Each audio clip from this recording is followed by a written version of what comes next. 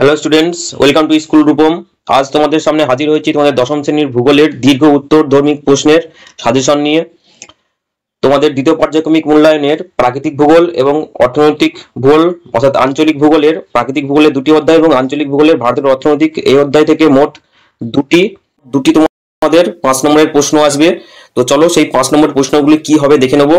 একটি সাজেশন তৈরি করা হয়েছে বিভিন্ন প্রশ্নবিচিত্রা, রায়মার্টিন, ছায়া প্রকাশনী, পারুল এবং আরো সব অন্যান্য বিগত বছরের প্রশ্ন থেকে এই সাজেশনটি তৈরি করা হয়েছে। তো চলো দেখে নিই।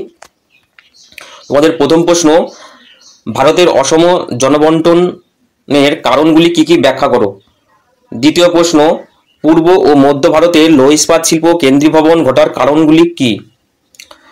তৃতীয় প্রশ্ন, পাঞ্জাব ও হরিয়ানায় কৃষি উন্নতির কারণগুলি আলোচনা করো।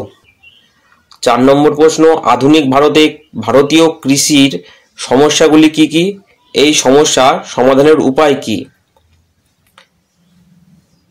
5 নম্বর প্রশ্ন, পশ্চিম ভারতের কার্পাসবন শিল্প কেন্দ্র ভবনের কারণগুলি কি কি আলোচনা করো। এটা কেন্দ্রীয় ভবন হবে। 6 নম্বর প্রশ্ন, ভারতের ইঞ্জিনিয়ারিং শিল্পের প্রসার ও উৎপাদন অতি দ্রুত বৃদ্ধি পাওয়ার কারণগুলি আলোচনা করো। 7 নম্বর প্রশ্ন, পশ্চিম ভারতের তেল রসায়ন শিল্প কেন্দ্রীয় ভবনের কারণগুলি আলোচনা করো। তো এখানে দুটি জায়গাতেই মিসস্পেলড হয়ে গেছে, এটা কেন্দ্রীয় ভবন হবে। তো এই দুটি প্রশ্ন, পঞ্চম এবং সপ্তম প্রশ্নটি খুবই গুরুত্বপূর্ণ এবারে পরীক্ষার জন্য। 8 নম্বর প্রশ্ন, চাপ বলয়গুলির সঙ্গে নিয়ত বায়ুর সম্পর্ক বিশ্লেষণ করো। 9 নম্বর প্রশ্ন, পৃথিবীর বিভিন্ন তাপমণ্ডলগুলির চিত্রসহ বিবরণ দাও। 10 নম্বর প্রশ্ন, মৌসুমী বায়ুর উৎপত্তিতে জেট বায়ুর ভূমিকা কি, এটিও গুরুত্বপূর্ণ প্রশ্ন। 11 নম্বর প্রশ্ন, চিত্রসহ শৈলক্ষেপ বৃষ্টি প্রক্রিয়া ব্যাখ্যা করো। 12 নম্বর প্রশ্ন, বায়ুচাপের তাপের নিয়ন্ত্রক সমূহগুলি আলোচনা করো, এটিও গুরুত্বপূর্ণ প্রশ্ন এবারের পরীক্ষার জন্য। এবারে 13 নম্বর প্রশ্ন, ভূমধ্যসাগরীয় জলবায়ু অবস্থান এবং এই জলবায়ুর বৈশিষ্ট্য উল্লেখ করো। 14 নম্বর প্রশ্ন, ভারতে ইক্ষু চাষের অনুকূল প্রাকৃতিক পরিবেশ আলোচনা করো।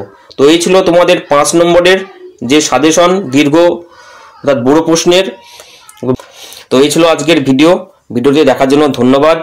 ভিডিওটি তোমরা তোমাদের বন্ধুদের সাথে শেয়ার করে নেবে এবং তোমাদের মূল্যবান মতামত কমেন্টের মাধ্যম দিয়ে জানিও। তো প্রশ্নগুলি তোমরা অবশ্যই পরীক্ষার আগে দেখে যেও এবং এই প্রশ্নগুলি দ্বিতীয় পর্যায়ক্রমিক ছাড়াও তোমাদের ফাইনাল পরীক্ষার জন্য গুরুত্বপূর্ণ। তো আজ ভিডিওটি এখানে শেষ করছি। ধন্যবাদ।